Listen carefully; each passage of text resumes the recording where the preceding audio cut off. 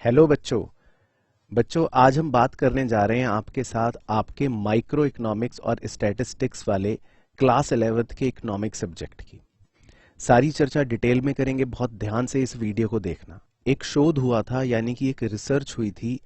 उस रिसर्च में ये पाया गया था कि 3% बच्चे ही टॉपर्स बन पाते हैं। 97% बच्चे जो होते हैं भीड़ में, वो टॉपर की श्रेणी में नहीं आ पाते, या तो अबव एवरेज या बिलो एवरेज या फेलियर बनकर ही रह जाते हैं। इसका कुछ तो अवश्य कारण रहा होगा। सिलेबस तो हर कोई बच्चा पढ़ता ही है, आप भी पढ़ रहे हो। आप में से बहुत सारे बच्चे ऐसे होंगे भी जिन्होंने सिलेबस शायद खत्म भी कर लिया है। लेकिन सिलेबस खत्म कर लेना इस बात की गारंटी क्यों नहीं होता, या इस बात की श्योरिटी क्यों नहीं होता कि सिलेबस खत्म होने पर भी हम एग्जाम में अच्छे नंबर ले आएंगे, 90-95% मार्क्स ले आएंगे, या टॉपर वाली श्रेणी में आ पाएंगे। मेन रीजन ये है कि बच्चों, सिलेबस खत्म करना ही काफी नहीं होता, उसके बाद भी या उससे पहले भी बहुत सारी चीजें होती हैं जिन पर हमें इस वीडियो में आपके साथ चर्चा करनी है। सबसे पहले मैं आपके साथ डिस्कस करना चाहूंगा कि आखिर हम इकोनॉमिक्स की पढ़ाई कैसे करें, क्या तरीका होता है। तो बच्चों, सबसे पहली चीज तो ये कि आपके पास जो भी बुक है वो सबसे इंपॉर्टेंट चीज होती है, यानी कि एक रिफ्रेशर बुक होना हमेशा जरूरी होता है, ताकि जब भी हम कोई चैप्टर पढ़ें, आप उस चैप्टर को बुक से एक बार थॉरोली जरूर पढ़ेंगे। थॉरोली पढ़ने से ये फायदा होता है कि आपको उसके बारे में कंटेंट की नॉलेज होना शुरू हो जाती है। सबसे पहले आपके पास एक रॉ कंटेंट बन जाता है दिमाग के अंदर कि इस चैप्टर में ये सारी टोटल बातें हैं जिनके अंदर में से ही कैसे कैसे ना करके क्वेश्चन आएगा। तो सबसे पहले आपको किसी ना किसी एक रिफ्रेशर बुक से हर चैप्टर को एक बार थोरोली जरूर पढ़ना है। अब उसको पढ़ते समय आपको किन बातों का ध्यान रखना है? जो भी मेन पॉइंट्स हो उनको हाईलाइट जरूर करो। कुछ अपनी लैंग्वेज में अगर आप लिखना चाहते हो, कहीं से आपने किसी वीडियो से कुछ सीखा, या अपनी भाषा में समझने के लिए, फ्यूचर रेफरेंस के लिए आप कुछ उसमें ऐड करना चाहते हो, तो छोटे छोटे स्टिकी नोट्स आते हैं, उनको आप वहीं पर पेस्ट कर लो बुक की उस लाइन के पास। उसमें अपनी लैंग्वेज में जो आपको लिखना है वो लिख लो। वो बुक आपकी ऐसी होनी चाहिए जिसको बोल सकते हैं बाइबल, यानी कि उसके अंदर सब कुछ है। आपने जो पढ़ा, आपने जो समझा, आपकी अपनी एक्सप्लेनेशन और सब कुछ। ये तो हो गई एक चीज। अब आते हैं बुक से पढ़ाई करने के बाद, थोरोली एक बार सारा कुछ पढ़ने के बाद एग्जाम में अब नंबर कैसे आएंगे। अब बच्चों, एग्जाम में जो क्वेश्चंस आते हैं वो आते हैं कंटेंट के अंदर से बनाकर लैंग्वेज के फॉर्म में। अब कई बार बच्चे सिर्फ कंटेंट पढ़ते रहते हैं, यानी कि बुक से आपने 2 रीडिंग ले ली, 4 रीडिंग ले ली, 50 रीडिंग ले ली, है ना। ऐसे कई दोस्त आपके भी होते हैं कि यार मैंने तो बुक से चैप्टर कितनी बार पढ़ लिया। लेकिन क्वेश्चंस का एक्सपोजर होना बहुत जरूरी है। क्वेश्चन का एक्सपोजर अब किसे कहते हैं? एक पर्टिकुलर चैप्टर है, मान लेते हैं, जिसके अंदर इतना कंटेंट है। उस कंटेंट में से मैं चाहूं तो 100 तरह के क्वेश्चंस बना सकता हूं, पहली लाइन से, दूसरी लाइन से, तीसरी लाइन से, घुमा फिरा के, इनडायरेक्ट, डायरेक्ट, कैसे भी। तो क्वेश्चंस किस चैप्टर में से किस तरह के आ सकते हैं, इसका एक्सपोजर लेना आपको बहुत जरूरी है। वो एक्सपोजर अब कहां से मिलता है? या तो आपके स्कूल में अलग अलग चैप्टरों के टेस्ट्स होते हो, जिनको बोलते हैं chapter wise test. Chapter wise test क्या होते हैं? वो आपको एक चैप्टर के आने वाले कुछ इंपॉर्टेंट क्वेश्चनों का एक ग्लिम्स दे देते हैं, यानी कि एक आपको आइडिया दे देते हैं कि इस चैप्टर में से कैसे कैसे क्वेश्चन बन सकते हैं एमसीक्यू के फॉर्म में। Fill in the blank, true false, match the following, short answer, long answer, very short answer. तो उससे आपको आइडिया लग जाता है कि किस क्वेश्चन में कितना आंसर देना है। तो आपके पास एक कंटेंट ऐसा जरूर होना चाहिए जिसमें आप हर चैप्टर के क्वेश्चंस प्रैक्टिस कर सको, ताकि आपका क्वेश्चंस का एक्सपोजर अच्छा रहे। अगर समय कम है, मान लेते हैं आपके पास इतना समय नहीं है कि आप जा जाकर अब हर चैप्टर के टेस्ट्स या हर चैप्टर के क्वेश्चंस प्रैक्टिस करो, तो फिर आता है सैंपल पेपर, या जिसको बोलते हैं मॉक पेपर। मॉक पेपर क्या होते हैं? मॉक पेपर या सैंपल पेपर आपको पूरे सिलेबस की एग्जाम ओरिएंटेड तैयारी करवा देते हैं। कैसे? उसके अंदर हर चैप्टर का क्वेश्चन होता है, या तो 1 नंबर, या 3, या 4, या 6, जो भी। और उन अलग अलग क्वेश्चंस को जितना आप करते हो, आपका एक्सपोजर बढ़ जाता है कि एग्जाम में कहीं ना कहीं इस तरह के क्वेश्चंस आते हैं। और यकीन मानना कि एग्जाम में 80-90% जो पेपर होता है वो कहीं ना कहीं सैंपल पेपर या मॉक पेपर पर ही बेस्ड होता है। हाँ, 10% कुछ ऐसे क्वेश्चन भी होंगे जो शायद आपने पहले सैंपल पेपर या मॉक पेपर में नहीं देखे होंगे, लेकिन एग्जाम में नए होंगे।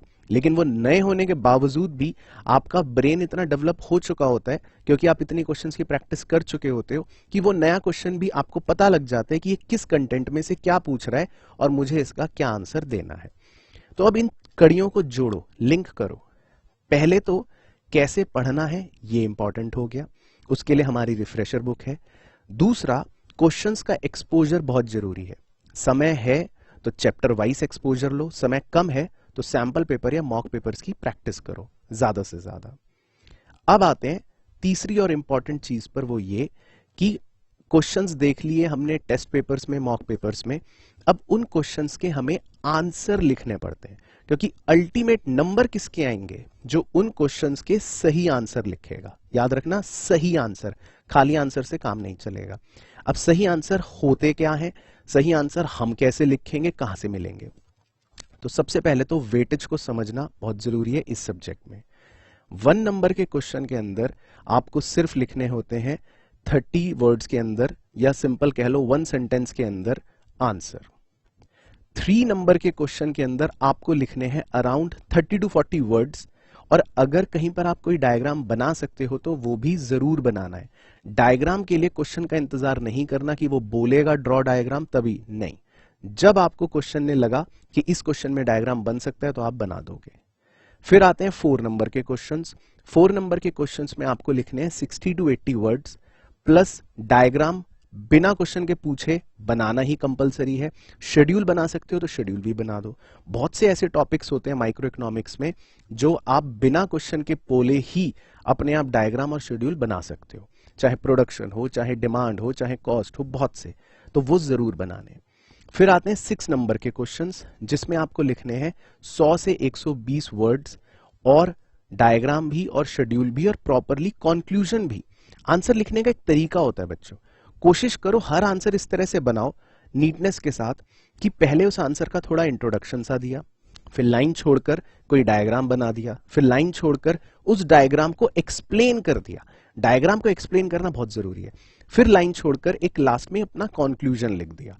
तो आंसर की क्वालिटी जो होती है वो एग्जामिनर को झलक जाती है कि इस बच्चे ने क्वालिटी के साथ आंसर लिखा है, खाली ये नहीं कि किताब का कंटेंट कॉपी पेस्ट कर दिया। तो आंसर एक आंसर की तरह लगना चाहिए, एक प्रोफेशनल की तरह लगना चाहिए कि बच्चे ने पढ़ के समझ के कायदे से इस आंसर को प्रेजेंट करा है, जिसको बोलते हैं ना प्रेजेंटेशन।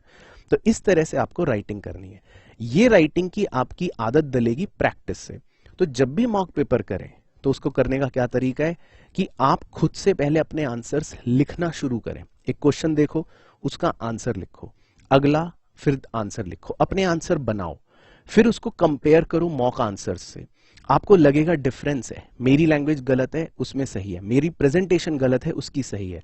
आपस में दोस्तों से कंपेयर करो। आपके दोस्त ही बहुत सारे ऐसे भी होंगे जो अच्छी प्रेजेंटेशन करते हैं, उनसे सीखो कि वो कहाँ डायग्राम बना रहा है, उसका नीट कैसे हो, वो लाइनें छोड़ छोड़ के लिख रहा है, वो इंपॉर्टेंट वर्ड्स को ब्लॉक बना रहा है, वो इंपॉर्टेंट हेडिंग्स को अंडरलाइन कर रहा है। ये सब छोटी छोटी चीजें सीखो और उन्हें प्रैक्टिस करो। माइक्रो इकोनॉमिक्स में, स्टैटिस्टिक्स में, जब आपको पता है कि स्टैटिस्टिक्स पूरा न्यूमेरिकल बेस्ड है, तो उसमें आपको क्या करना है, एक चार्ट बनाओ, अपने कमरे में लगाओ।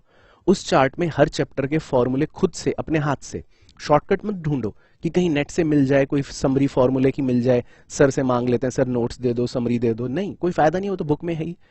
अपनी हाथ से अपनी लैंग्वेज में खुद से समरी फॉर्मूले बनाओ, सारे लिख डालो, मीन के हर तरह की सीरीज में, मीडियन के हर तरह की सीरीज में, मोड के हर तरह के, standard deviation, correlation, index number, लिख के एक प्रॉपर सा चार्ट बना लो।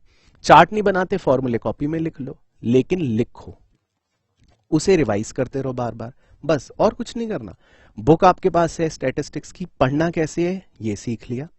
पढ़ने के बाद क्वेश्चंस का एक्सपोजर लेना है, दूसरी चीज ये सीख लिया, इंपॉर्टेंट। और तीसरी चीज, नंबर कैसे आएंगे एग्जाम में, सही आंसर लिख कर आएंगे। सही आंसर कैसे लिख पाओगे, जब उसकी प्रैक्टिस करोगे। अब 2 चीज बोलूंगा जाते जाते, 2 बातें जो हैं वो किसी को हर्ट करेंगी, मतलब किसी को बुरे लगेंगी, क्योंकि सच है, कटु सत्य है, किसी को अच्छी भी लगेंगी। तीनों चीजें फॉलो करते हैं बहुत सारे बच्चे। कंटेंट भी आप पढ़ोगे, आप क्वेश्चंस का एक्सपोजर भी ले लोगे, सही आंसर्स को देख भी लोगे मॉक पेपर के, ये हैं, ठीक है ना। अब सुनना बहुत ध्यान से। बहुत बच्चे ऐसे होते हैं जिनको समझ आ जाता है कि हाँ ये है, लेकिन जब एग्जाम में आंसर लिखते हैं तो वो लैंग्वेज नहीं बना पाते, वो आंसर ऐसा लिख देते हैं कि टीचर कहती है कि अरे ये मतलब क्या कहना चाह रहा है, समझ नहीं आ रहा, और नंबर कट जाते हैं। दूसरे बच्चे ऐसे होते हैं जो पढ़ते भी कम है शायद, जो बस एक बार समझ लिया, लेकिन उनकी राइटिंग स्किल्स अच्छी हैं, वो आंसर को लिख इस तरह से देते हैं, लैंग्वेज इस तरह से अच्छी बना देते हैं कि टीचर को पता है कि यार मतलब सही लग रहा है आंसर, और नंबर दे देती है चाहे वैसे खराब हो। तो इसका मतलब समझो, अगर आप पहले वाले श्रेणी के बच्चे हो कि आपने मेहनत भी ज्यादा कर रखी है, सिर्फ आंसर लिखने की इस कमी की वजह से नंबर कट रहे हैं, तो आपको मेहनत ज्यादा करनी पड़ेगी। और ये कटु सत्य है, ये आपके लिए सच बता रहा हूं। बहुत सारे बच्चे इस कैटेगरी में होते हैं, उन्हें समझ आ जाता है, मैं इतने बच्चों को पढ़ाता हूं, मुझे पता है ये बच्चा होशियार है, ये समझ लेता है, लेकिन अगर इसको बोलो एक लाइन लिखो अंग्रेजी में तो ये ढह जाएगा। आपको इस कमी को दूर करना है। वो दूर करने का एक ही तरीका है, आपको मेहनत हार्डवर्क करनी पड़ेगी, एफर्ट डालने पड़ेंगे। आप लर्न करो। अगर आपसे अपनी लैंग्वेज नहीं बन रही, इंग्लिश के सेंटेंस अपने आप निखर के नहीं आ रहे, आपको पता है मेरी राइटिंग एबिलिटी कमजोर है, तो लर्न करना सीखो। बुक की लैंग्वेज को रटो, मुझे नहीं पता, एफर्ट लगेंगे बट मुझे नहीं पता, एफर्ट डालो, लर्न करो और लर्न करके लिखो। मैं चाहता हूं आपके राइटिंग की वजह से नंबर ना कटे। अगर समझ आया है तो उस अपनी समझ को सही सेंटेंसेस में पिरो के एग्जामिनेशन शीट में भी डालना पड़ेगा। इन बातों का ध्यान रखना है। तो अब आपके पास सब कुछ है, कैसे पढ़ना है पता चल चुका, क्वेश्चंस का एक्सपोजर लेना है, दूसरी इंपॉर्टेंट चीज मॉक पेपर प्रैक्टिस कर करके देखना है लिख के, तभी एग्जाम में आप अपना आंसर सही लिख पाओगे, डायग्राम सही बना पाओगे, न्यूमेरिकल सही सॉल्व कर पाओगे, तब जाके नंबर आते हैं। ये मत सोचना कि क्लास 11th में ये सब चीजें बेकार है, 12th में आएंगे तब देख लेंगे। बहुत सारे 12th ने भी यही सोचा था 11th में, और आजकल वो 12th में भी यही कर रहे हैं। तो इससे कुछ नहीं होता, अप्रोच कभी भी इंसान की चेंज नहीं होती, ठीक है ना। यही मौका है करने का, यही कुछ महीने बचे हैं, अब आपको करना ही पड़ेगा, और कोई सब्सटीट्यूट हार्डवर्क का है नहीं। तो ये था बेसिकली कंप्लीट डिस्कशन। अब इसके बाद हमारी सबकी अप्रोच बिल्कुल क्लियर होगी कि हमें क्या करना है, कैसे पढ़ना है, ठीक है ना। मेरा काम कहां पर आएगा कि मैं आपके साथ क्वेश्चंस का अलग अलग एक्सपोजर लगाऊंगा, अलग अलग तरह के मॉक पेपर्स के क्वेश्चंस आपके साथ डिस्कस करा करूंगा वीडियोस के अंदर, आंसर लिखेंगे भी, डिस्कस भी करेंगे, और बेहतर करूंगा कि आपको कैसे आंसर प्रेजेंट करना है इसकी चर्चा अलग अलग क्वेश्चंस में, अलग अलग क्वेश्चंस के आंसर डिस्कस कर करके करूंगा, है ना। तो प्रैक्टिस आपको करनी है, मेरा काम है आपको सही राह दिखाना, सही चीज आप तक पहुंचानी, लेकिन अल्टीमेट हार्डवर्क किसका होगा, आपका होगा, अल्टीमेट रिजल्ट भी आपका होगा, ठीक है ना। तो इस उम्मीद के साथ कि आप इस वीडियो में कुछ बातें जो सीखी समझी उन्हें अप्लाई जरूर करेंगे, और फिर आप देखना आपके नंबर डेफिनेटली बहुत अच्छे आएंगे। All the best.